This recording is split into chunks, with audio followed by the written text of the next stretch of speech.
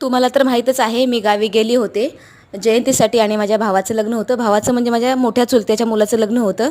त्यासाठी मी गावी गेली होते. त्यानंतर लग्न छान झालं आणि जयंतीसुद्धा पार पाडली.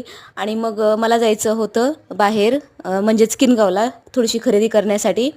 आणि बघू शकता इथे पावसाचं असं वातावरण झालेलं आहे आणि गाडी तर जवळजवळ आम्ही 1 तास बसलो. तर गाडीचा पत्ता नव्हता.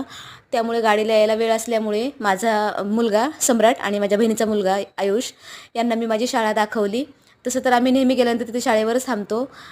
त्यानंतर मग इथे एक ॲटो रिक्षा आला, त्यामध्ये आम्ही बसून मग इथे किनगावला गेलेलो आहेत. आणि आई मला काहीतरी घेणार होती, त्यामुळे मग अगोदर आम्ही भाऊच्या घरी गेलो. त्यानंतर मग सोनाराच्या दुकानामध्ये गेलो. कारण आईचं म्हणणं होतं की 2 वर्षापासून तू जोडवी घेतलीच नाही, बदली केलीच नाही.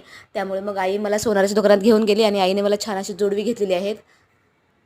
कसं असतं ना, आपली हौस मौज जी असते ना, फक्त माहेरीच होते, आईजवळच. त्यानंतर मग मी ते मुलांना खाण्यासाठी घेतलेलं आहे.